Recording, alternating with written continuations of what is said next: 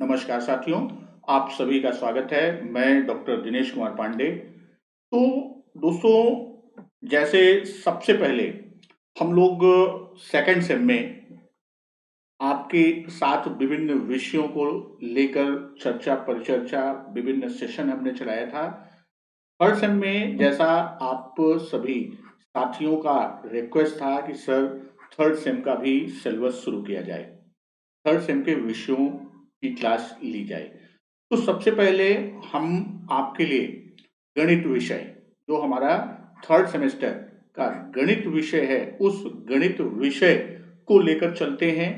गणित विषय के अंतर्गत ये आप विशेष ध्यान रखिए, वैसे जो हमारे थर्ड सेमेस्टर के पाठ्यक्रम में है उसके बारे में पूर्व में भी आपने काफी कुछ पढ़ा होगा, लेकिन इसके बाद भी हम लोग बिल्कुल जो बेस है उस बेस से हम लोग स्टार्ट करेंगे, अर्थात हम बिल्कुल बेसिक से लेकर आगे की ओर बढ़ेंगे।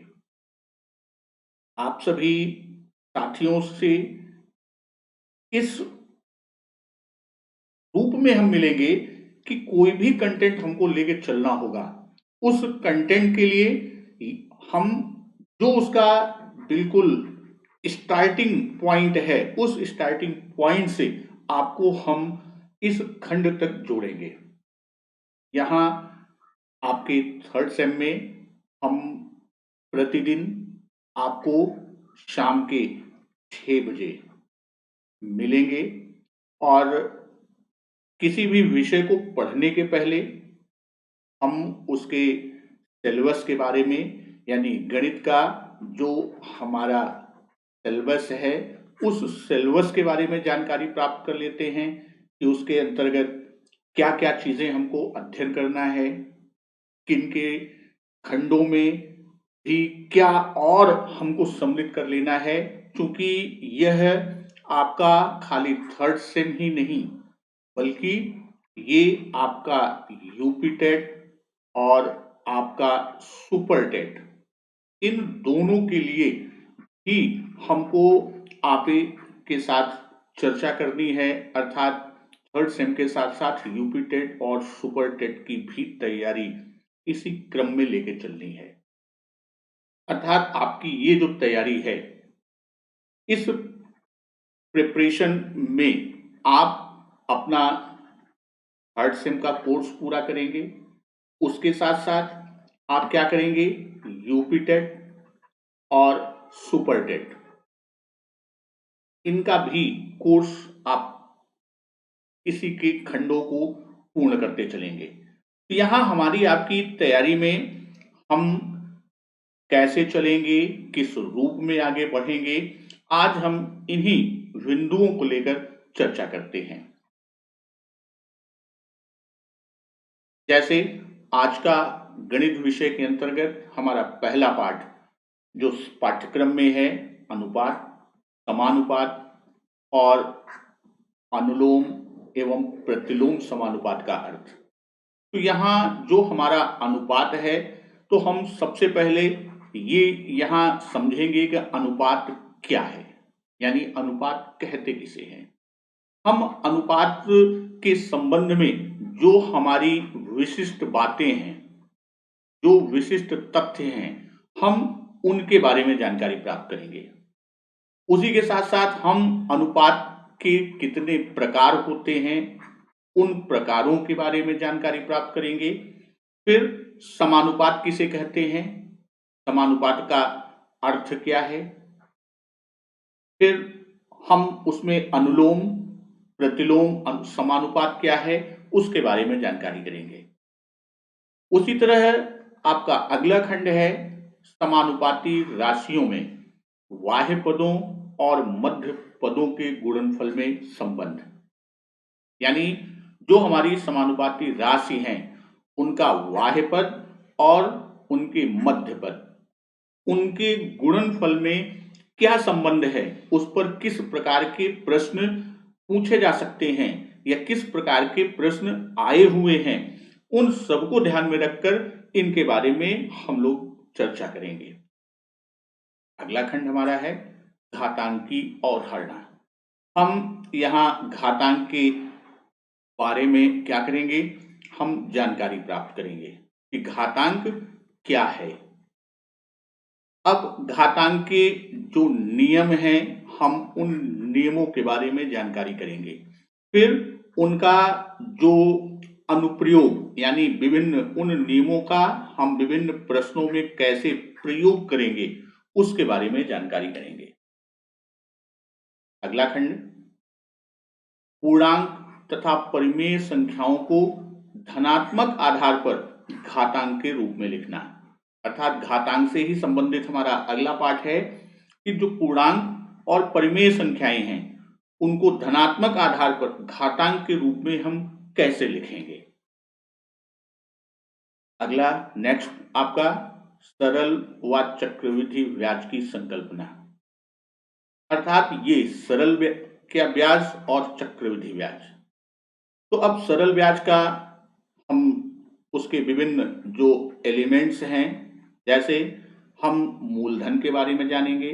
मूलधन क्या है, ब्याज क्या है, दर क्या है, समय क्या है, और इनके मध्य हम संबंध को देखेंगे और वही संबंध हमको क्या मिलेगा, यहाँ सूत्र के रूप में मिलेगा, जो हमारा अगला पाठ है कि सरल ब्याज सूत्र तथा चक्रवृद्धि मिश्रधन का सूत्र और अनुप्रयोग।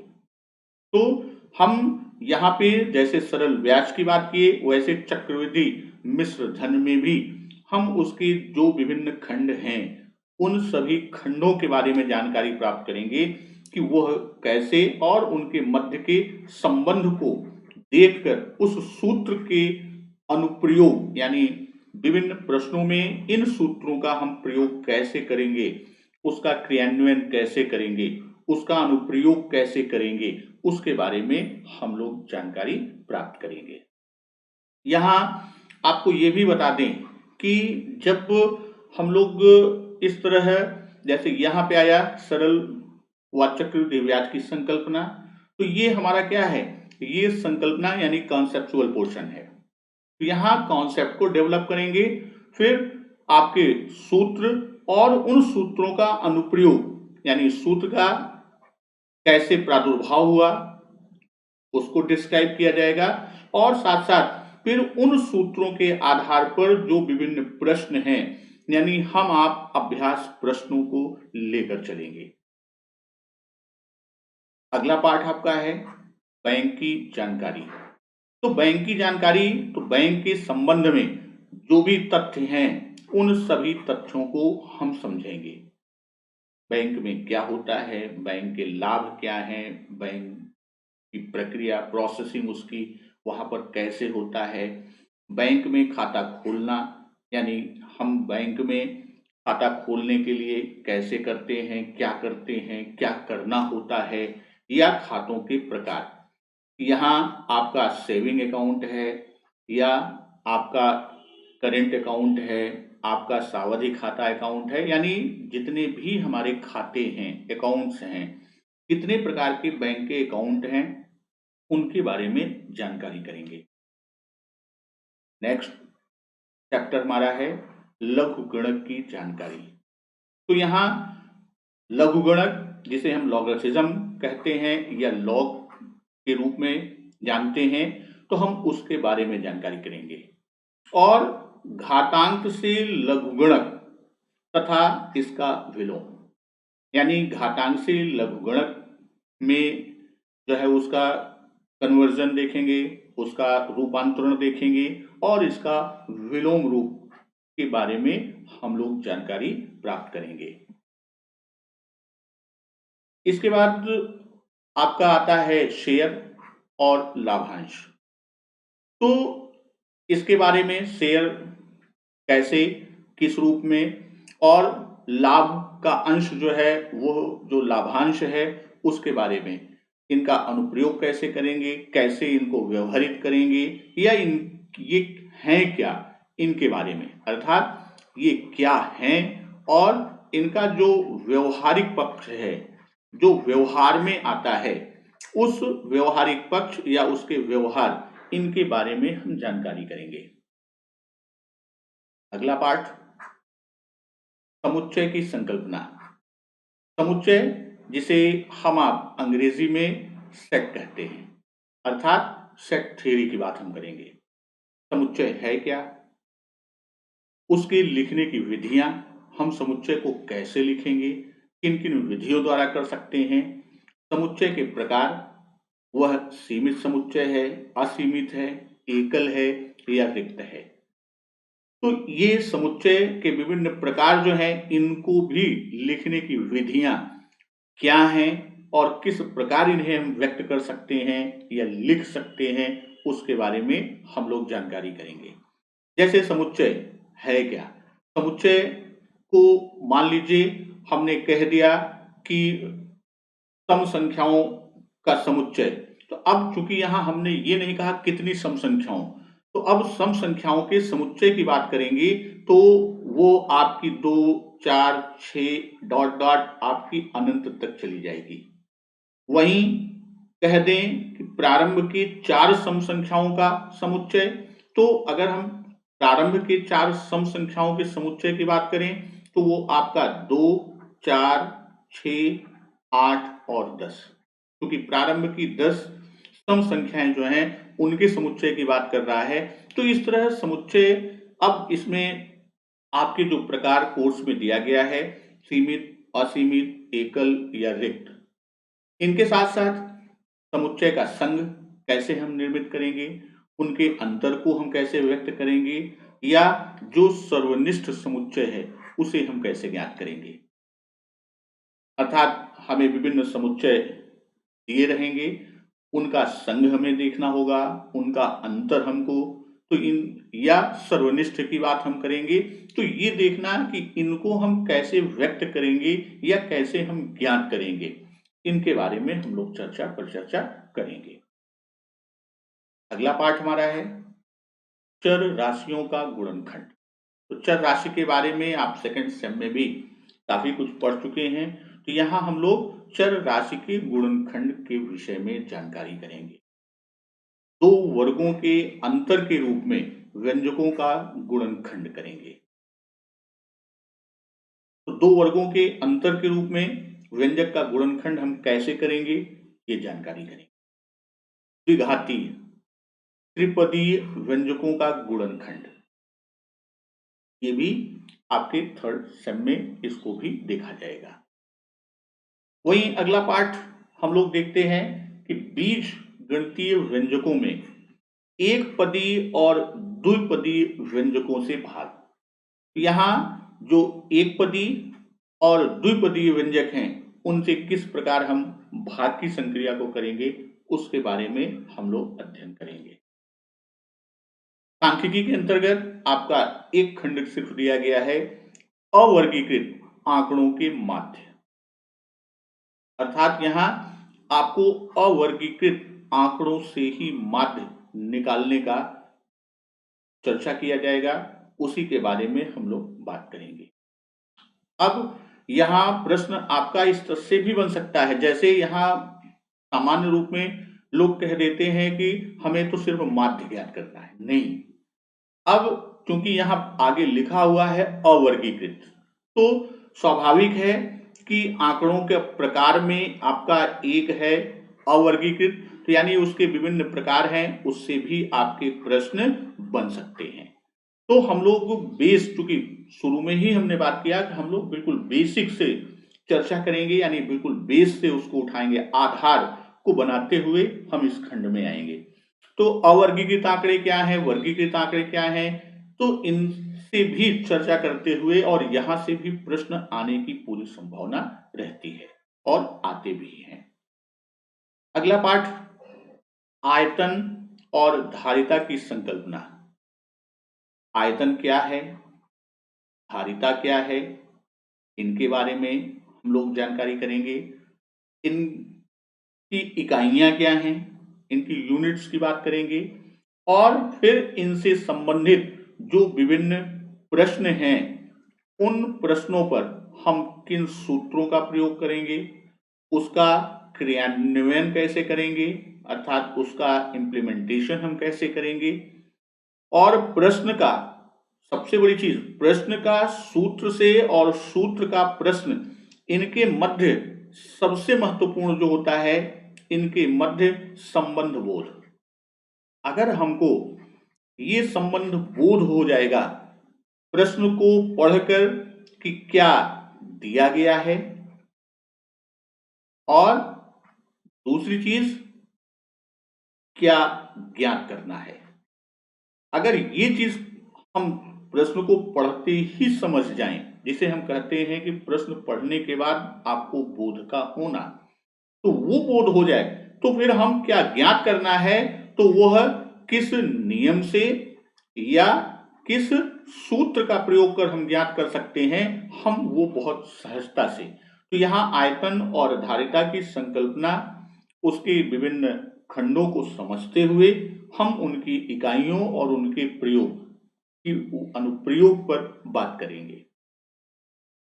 आपका अंतिम खंड जो आता है वो क्या है, घन घनाभ की अवधारणा। यहाँ घन और घनाभ, इनकी अवधारणा की बात होगी, अर्थात घन क्या है और घनाभ क्या है। हम इन सब के संबंध में क्या करेंगे, इन सब के संबंध में चर्चा करेंगे। ये कि अगर जैसे आप देखते हैं फिगर में कि हमको घन की संकल्पना देनी है, तो हम यहाँ दिखाते हैं क्या कि इसके सभी फलक क्या होंगे, सभी फलक समान होंगे। कितने फलक हैं, फिर इनके हम विकर्ण की बात करेंगे, इनके चारों तरफ कवर करने के लिए, यानी हम इसके संपूर्ण पृष्ठ की बात करेंगे, इनके वक्र पृष्ठ की बात करेंगे और इनके आयतन की बात करेंगे। उसी तरह घनाभ जो है उसमें लंबाई, चौड़ाई और ऊंचाई तीनों यहाँ क्या है, बराबर हैं, और इसमें क्या होगी, इसमें असमान होगी। तो उसके सूत्र, उनका प्रयोग, प्रश्न पर कैसे उसका इंप्लीमेंट करेंगे, उसका क्रियान्वयन करेंगे, तो वही चीज कह रहा है कि उनके आयतन और संपूर्ण पृष्ठ के बारे में हम जानकारी करेंगे।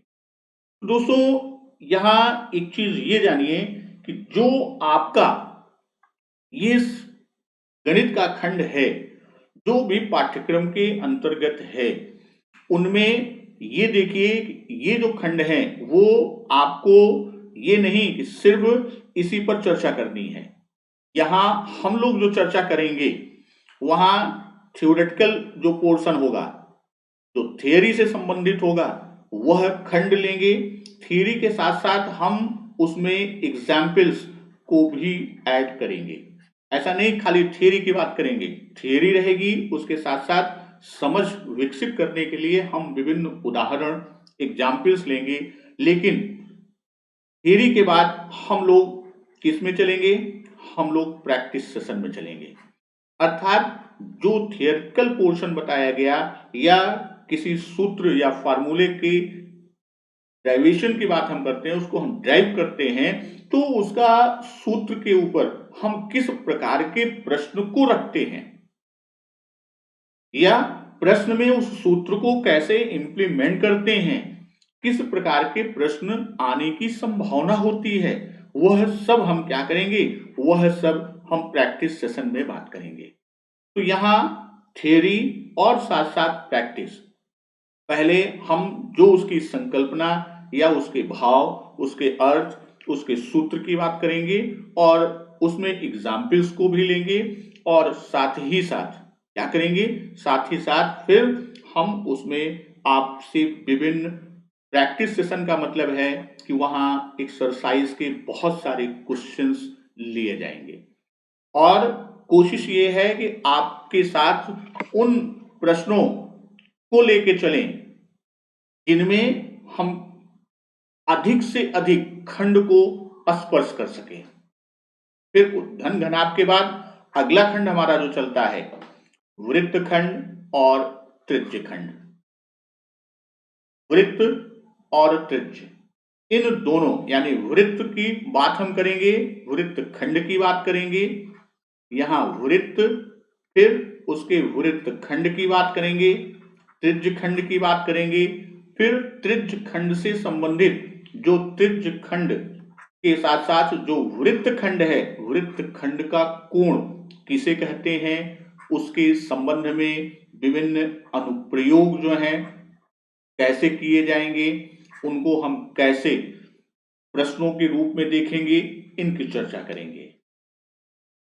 वृत्त के अंतर्गत ही आपका अगला पाठ है कि वृत्त की चाप, जो हमारा आर्क द्वारा वृत्त के केंद्र तथा परिधि पर बने कोणों का संबोध, अर्थात वृत्त का कोई चाप और केंद्र। मान लीजिए हमारा एक वृत्त है और एक चाप ये ए बी सी है और केंद्र ओ है। तो अब यहां ये कह रहा है कि वृत्त के चाप द्वारा वृत्त के केंद्र, वृत्त के केंद्र ये आपका कोण बनाया। फिर परिधि पर बने कोण, तो अब शेष खंड पर बने कोण या परिधि पर बने कोण, इनके संबंध में इनका पारस्परिक संबंध, इसके बारे में हम लोग विस्तृत जानकारी लेंगे। वृत्त की छेदक रेखा, स्पर्श रेखा और स्पर्श बिंदु की अवधारणा। अब यहां आप ये देखेंगे कि जब हम कोई वृत्त है तो उसमें एक रेखा है जो परिधि के दोनों ओर निकल जाती है, जैसे यहां हम ले लें पी क्यू आर एस, हम इसकी बात करेंगे। कोई स्पर्श बिंदु है, वो उससे खींची गई स्पर्श रेखा, उसके लिए विभिन्न जो परिस्थितियां, सिचुएशंस हैं, उन पर आपके प्रश्न, परिस्थितियों पर प्रश्न आपके बनते हैं कि अगर जैसे यहां मैं एग्जाम्पल दूं तो दो वृत्त जो आपस में स्पर्श करते हुए हैं, तो इनके मध्य कितनी स्पर्श रेखाएं जो दोनों वृत्त की परिधियों को स्पर्श करते हुए जाए, तो कितनी स्पर्श रेखाओं को हम खींच सकते हैं। स्पर्श रेखा केंद्र के मध्य संबंध की बात हम करेंगे, तो यह इस खंड के अंतर्गत आपके आएगा। और अंत में जिसकी मैंने अभी चर्चा किया कि वृत्त पर दिए हुए बिंदु से स्पर्श रेखा खींचना, यानी वृत्त है उस पर कोई बिंदु आपका दिया है P है, तो P से स्पर्श रेखा खींचना, कैसे हम उस पर स्पर्श रेखा खींचते हैं। तो ये तो हमारा खंड है जो सिलेबस के अंतर्गत थर्ड सेम का, ये थर्ड सेम का।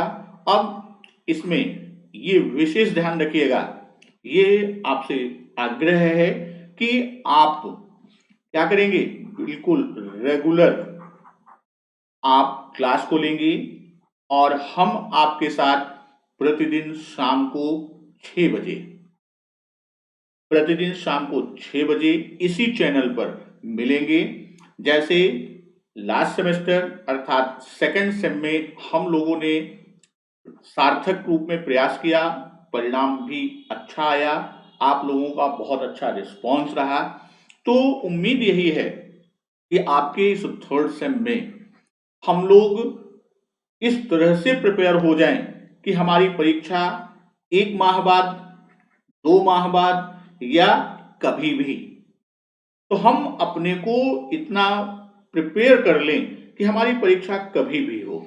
वो परीक्षा, क्योंकि आपको सिर्फ थर्ड सेम को नहीं देखना है, यहाँ एक विशेष चीज कि खाली थर्ड सेम को ध्यान में रखकर आपको ये प्रिपरेशन नहीं करना है। जैसा हम पूर्व की वीडियो में इस पर चर्चा भी कर चुके हैं कि थर्ड सेम आपका पूरे डीएलएड का सबसे इंपॉर्टेंट खंड होता है। इसमें आपका यूपीटेट और साथ ही साथ आपका सुपरटेट, इन दोनों को भी आपको ध्यान में रखकर अपनी तैयारी का क्रम रखना होगा। आपको डिस्क्रिप्शन में टेलीग्राम चैनल का लिंक दिया हुआ है, आप उस लिंक से जुड़ जाइए। वहां आपको पीडीएफ फॉर्म में जो भी मैथ्स में संबंधित महत्वपूर्ण बिंदु हैं, उन बिंदु के नोट्स, जो भी इंपॉर्टेंट पॉइंट्स हैं, उन पॉइंट्स की पीडीएफ फॉर्म में नोट्स आपको अवेलेबल हो जाएगी।